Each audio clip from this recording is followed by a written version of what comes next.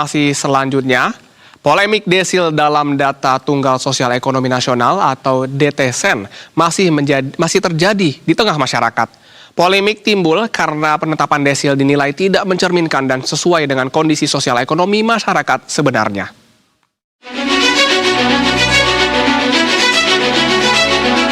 Seorang tukang becak warga Kulon Progo, daerah istimewa Yogyakarta dibuat syok. Pasalnya, ia mengalami perubahan desil kesejahteraan secara tiba-tiba.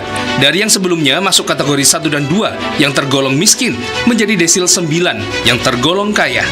Padahal pendapatannya sebagai tukang becak tak menentu dan tak cukup memenuhi seluruh kebutuhan hidupnya dan keluarga.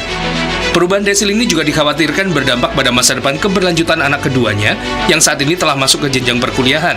Tanpa adanya bantuan pendidikan, kuliah anaknya terancam terjegal lantaran tidak mampu dalam sisi pembiayaan. Sebelumnya saya masuknya desil 1, 2. Kalau menurut saya ya nggak wajar. Ya nggak wajar, saya itu juga belum didata kok tahu-tahu 9 itu kan jelas nggak wajar. Kalau kemarin itu ada sensus, mungkin saya salah ngomong, ya saya bisa bilang wajar, tapi kalau ini tetap nggak wajar.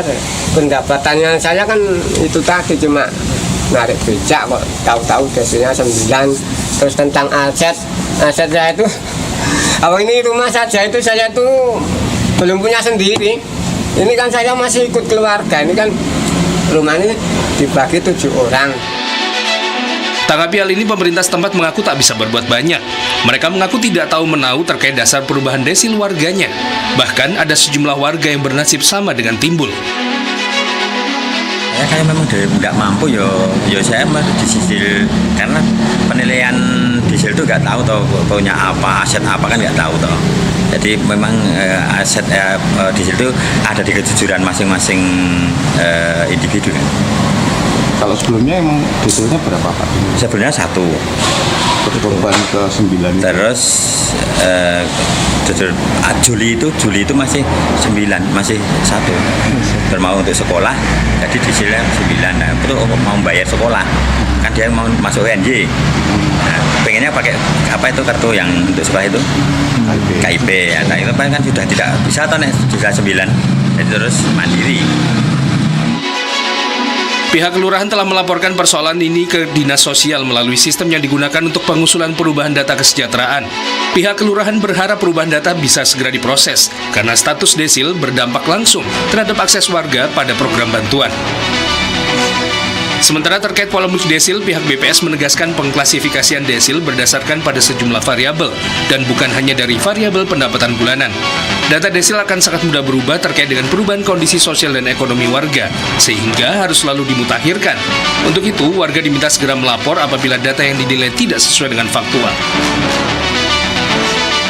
Jadi secara sederhana, desil ini adalah pengelompokan relatif, bukan kelas ekonomi yang homogen. Setiap kelompok desil ini berisi sekitar 10% populasi berdasarkan urutan tingkat kesejahteraan. Nah, pertanyaannya mungkin begini Mas Ando, bagaimana kita menentukan tingkat kesejahteraan? Kalau bicara ukurannya apa, kita bisa menggunakan pendapatan. Masalahnya adalah secara operasional untuk bisa mendapatkan data pendapatan itu sangat tidak mudah. Terutama ketika sebagian besar pekerja kita bekerja di sektor formal. Maka kita ada menggunakan metode statistik tertentu untuk mengestimasi rata-rata pengeluaran seseorang atau sekelompok orang. Nah, estimasi pengeluaran tadi untuk menentukan tingkat kesejahteraan, dan itu kita estimasi tidak hanya menggunakan satu variabel. Warga resah karena polemik desil ini akan berpengaruh pada bantuan sosial, termasuk bantuan kebutuhan pokok hingga bantuan pendidikan.